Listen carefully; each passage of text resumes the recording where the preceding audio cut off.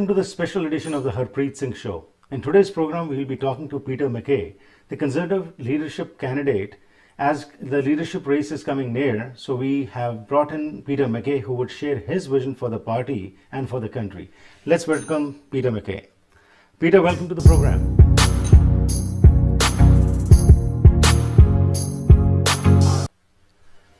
Sorry for the glitch. Welcome to the program, Peter. Thank you, Harpreet. It's wonderful to be with you. Nice to see you again. Same here. Thank you very much. So, Peter, let's start with this COVID-19 crisis, how this has impacted especially the leadership race, and how now that it has been announced that in August we'll have this race, how are you coping up with it? Well, like everybody else, we've been respecting the public health advice, confined to home and working from my basement and doing a lot of calls, a lot of video conferencing and communicating with party members, reaching out across the country. We have regular video chats in every province, every region of Canada. And so we've adjusted quite quickly, going back to the very beginning of the outbreak of COVID-19 in Canada, and focused very much on communications efforts.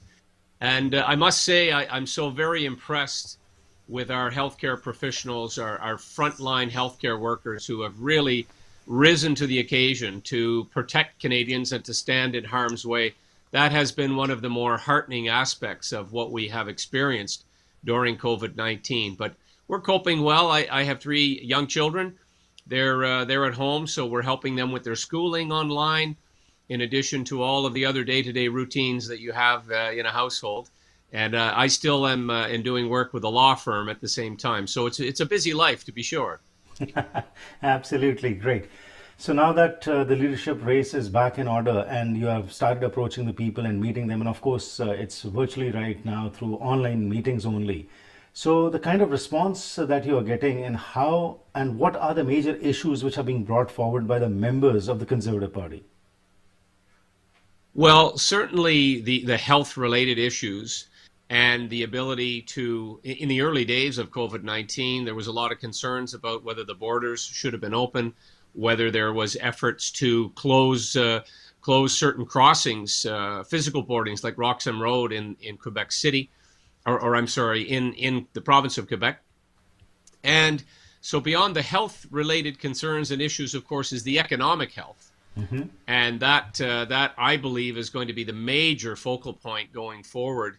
How businesses will survive, how payrolls will be met, rent, all of the elements that are important, of course, in people's day-to-day lives when the economy is in a virtual shutdown, which is what we've experienced, really in unprecedented times and uncharted waters, to mix metaphors. And, you know, as far as the Conservative Party and our membership, it's many of the same concerns. And as you know well, Conservatives tend to be far more concerned about economic matters and the way that the money has been spent. And nobody's suggesting that we don't need a stimulus package, but the way in which the money has been spent, which initially was slow, it's been cumbersome. There's concerns that it hasn't met the standard for the various sectors who are in need of help. Our agriculture sector, our oil and gas sector, the tech sector, all elements of our economy are suffering and being hit, not to mention small business and tourism, and certain parts of our economy, which, as you know, are very seasonal. We need to have planting done this spring in order to have a crop in the fall. We need to be able for fishermen to get their traps baited. We need a certain workforce to get that work done. So there's been a lot of focus on those issues and the detail around how the government has responded. And while Parliament isn't sitting, or they're sitting virtually now, only recently, and 1 day a week, you're not getting the level of scrutiny over the government announcements that you would normally in more, normal times. So there's concerns about the money reaching the recipients, sunset clauses that make it clear that these are temporary measures, and tracking or tracing the money to ensure that there's no abuse in the system. Absolutely. So I'd just like to touch a little bit about the stimulus package, what we have talked about the government has given. But then again, now that the economy is reopening in phases, it's going to be a big challenge, and especially later on, once the elections are held, it's going to take a lot of time to get the economy back on rails.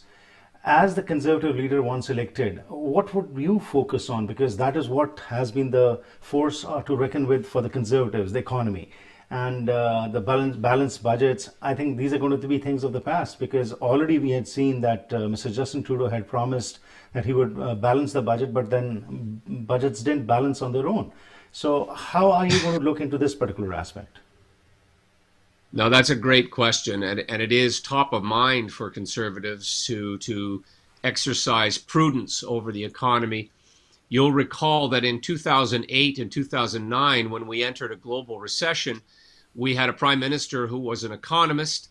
We had a finance minister in Jim Flaherty, who had previous experience as finance minister in Ontario, and we were at balanced budget in 2008 as we entered that recession.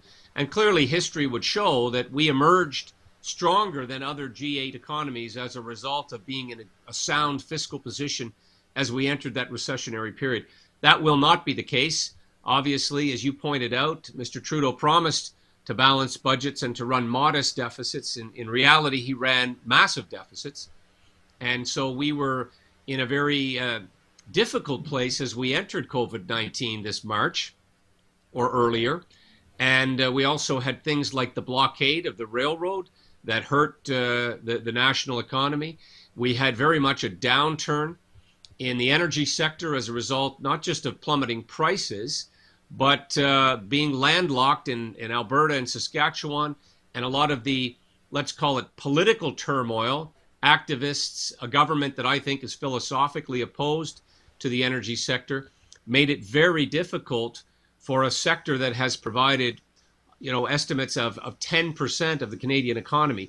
So to come back to your question, I would suggest that what we need to do is embrace our natural resource sector, which is what gives us a natural advantage as a country, ramp up the jobs, the activity, put the necessary infrastructure in place, and by that I do mean pipelines, and, of course, help identify new markets for Canada.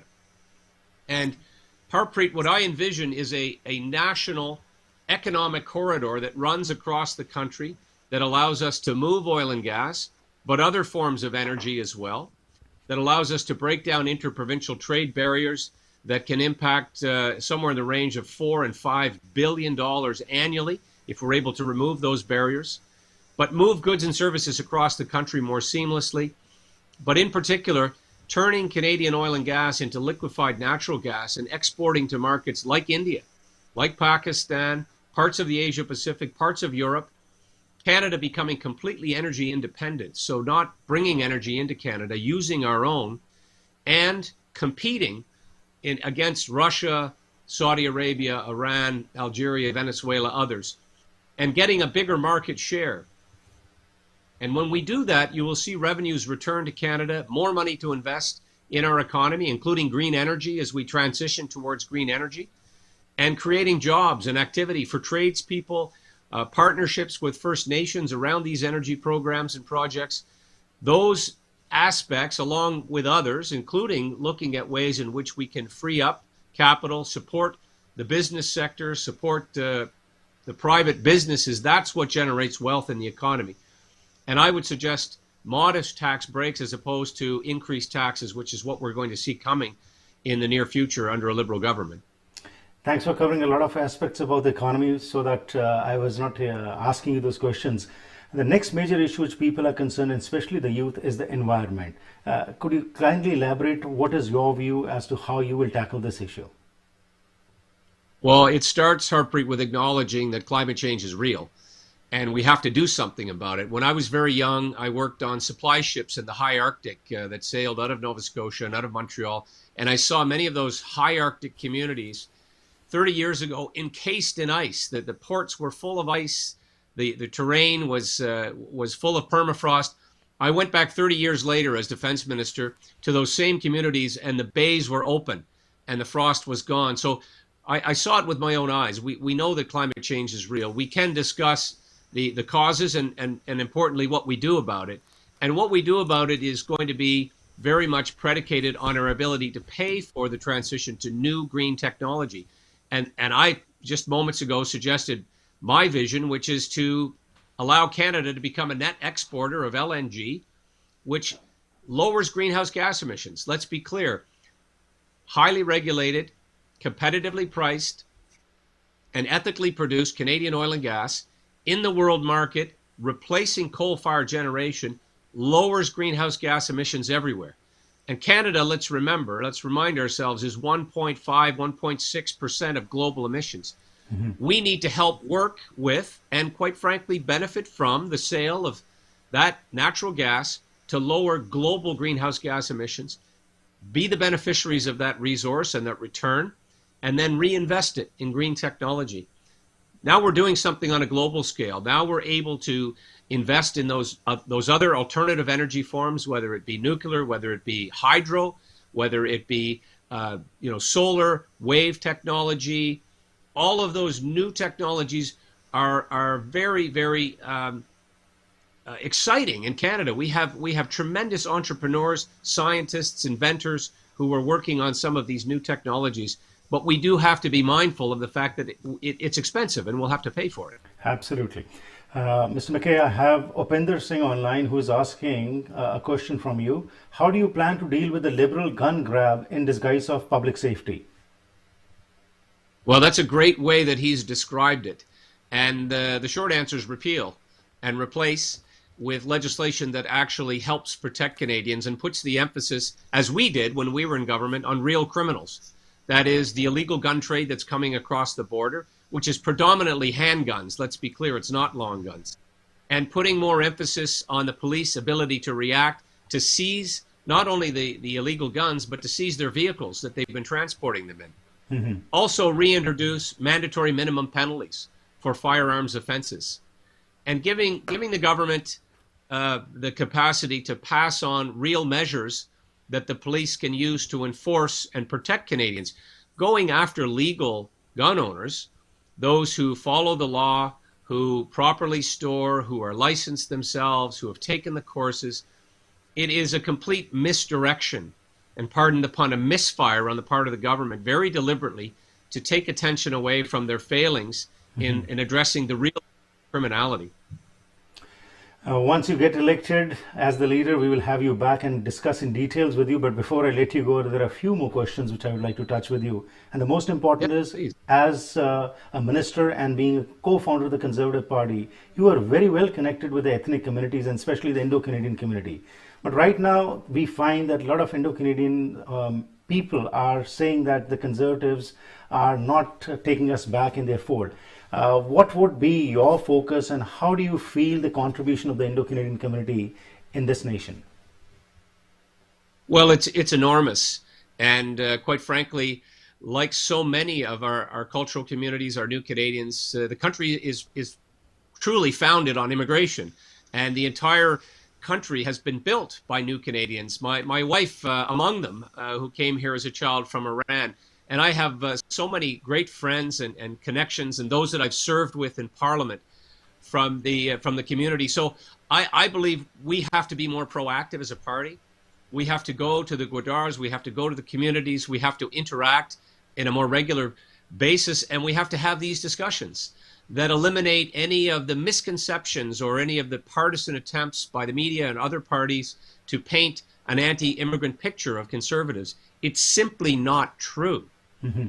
And so with the turning of the page of new leadership, I view it as a fresh start, a chance to re-engage, to demonstrate, and it has to be demonstrated. It can't be words only. It has to be very much an effort demonstrated on behalf of our party, our leadership, our members. And I must say I'm so impressed by the efforts that have been made. I spoke off the top of the show about those in the healthcare industry, but in Canada right now, we are seeing such enormous contributions right now from the communities who, in many cases, are new to Canada. Mm-hmm. And they're working in health. They're working on the front lines. They're doing enormous charitable and philanthropic work throughout the country. And that, to me, is the very best and the very essence of who we are as a country. And I, for one, am extremely grateful for the incredible contributions that have been made daily by our cultural communities across the country. And finally, Mr. MacKay, May 15th is the deadline for the membership of the Conservative Party. So over here, if you can please tell the people who want to become members of the party and want to support you, where they can go, and what would be your message as to why the Conservatives, should support you in the leadership race. Well, thank you very much. The website is there. It's very accessible. It's petermackay.ca. And we have until the 15th, so anyone in Canada over the age of 14 years old can sign up and become a member of the Conservative Party. And we have a very simple process on the website where you simply hit a button and you sign up. The reasons that I would appeal to Conservatives and Canadians is that we do need a change in leadership, both within our party but within the country. And I bring to this task experience, having spent 10 years in government as Minister of Foreign Affairs, Defense, and Justice and Attorney General, as well as an economic portfolio in Atlantic Canada. I was elected 6 times in the province of Nova Scotia. And I've been working in the private sector as a lawyer with regard to assisting Canadian companies that are doing work internationally. I believe very strongly that we need to refortify our relationships with countries like India in particular, where we know that the relationship suffered as a result of well, let's call it what it was, a very bad trip for our Prime Minister and for our country as a result. And that has had lasting impact. It has, in my opinion, hindered efforts to repatriate Canadians who were in India and are now having a hard time getting back to Canada. And so I bring to this effort a very sensible, pragmatic, get the job done approach. And that's, I think, what Canadians are looking for. They want results, and they want to see things get done rather than talked about, not the drama and the rhetoric that we have seen coming from Mr. Trudeau and the Liberal Party. So I think a change in direction is overdue. I think one that has prior experience and management of a G7 economy will allow us to get the country back on track. That's very much what I'm interested in, and very much what I think the future generations are counting on.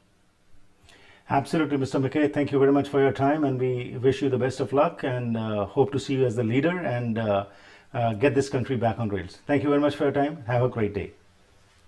Thank you, Harpreet. The best to you and your listeners, and be safe. Thank you.